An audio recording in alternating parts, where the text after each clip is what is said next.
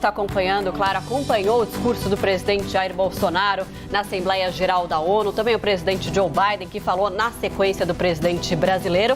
E a gente quer saber o impacto da fala do presidente Jair Bolsonaro no mercado financeiro. Por isso estamos aqui com a Priscila Yasbeck. Pri, conta pra gente, Bolsonaro, com o discurso dele, que fez ali, colocou pontos que são pontos polêmicos, como tratamento precoce, lockdown, voltou a criticar isso, mas ao mesmo tempo foi um tom, né, em outros momentos, tirando essa parte, que é uma parte que é contra ali todas as linhas gerais da comunidade científica. Por outro lado, ele falou do investimento no país e ele falou, aliás, que o país é um bom lugar para se investir. Como que o mercado viu isso? Bom dia. Pois é, bom dia, Má, bom dia, Dani, bom dia a todos que nos acompanham.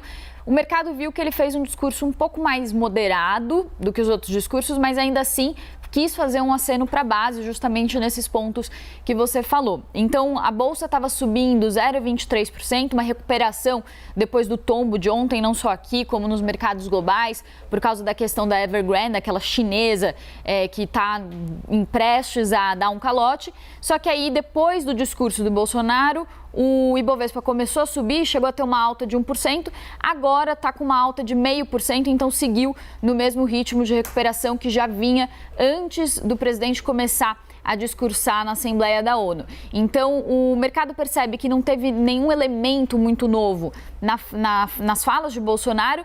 E aí eu conversei com alguns analistas, um deles inclusive fez uma analogia interessante, o Gabriel Barros, da RPS, que ele disse que o presidente, mais uma vez, ele ressaltou o copo meio cheio da nossa economia. Então, ele falou sobre a agenda de privatizações, ele citou, por exemplo, a questão da malha ferroviária, os avanços nessa questão, citou o marco do saneamento, falou sobre leilão de aeroportos, sobre leilão de terminais portuários, toda a questão mais positiva do ponto de vista econômico e, de fato, o mercado reconhece que a agenda de privatizações do governo Bolsonaro é uma agenda que avançou. Porém, ele também fez algumas referências ao clima de estabilidade, falou que o país é um ótimo ambiente para investimentos.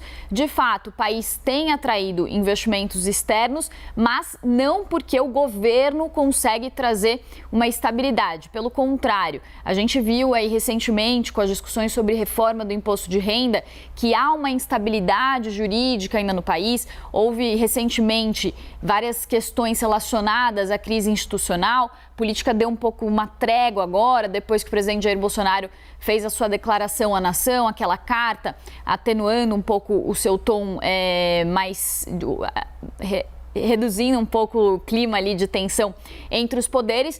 Porém, todo esse clima, esse risco político ainda segue no radar e isso ainda afeta os investimentos. Então, nós estamos num momento global muito propício para investimentos em países emergentes. Os países desenvolvidos, apesar da pandemia, estão com uma liquidez grande, as empresas, por causa dos estímulos feitos por governos. Então, isso atrai dinheiro para os países emergentes. Porém, com esses ruídos políticos, com crise institucional, nós não estamos aproveitando em todo esse potencial de investimentos que poderíamos estar aproveitando. E aí tem um outro ponto que é a questão do meio ambiente. Então, eu conversei com um especialista em sustentabilidade, o Luiz Quaglio, que já foi diretor de ESG, de gestoras, de corretoras, e o que ele falou é que, mais uma vez, o presidente Jair Bolsonaro ele faz um discurso que distorce algumas informações em relação ao meio ambiente. A diferença é que, da outra vez, quando ele participou, por exemplo, da cúpula do clima, ele tinha o respaldo do ex-presidente americano Donald Trump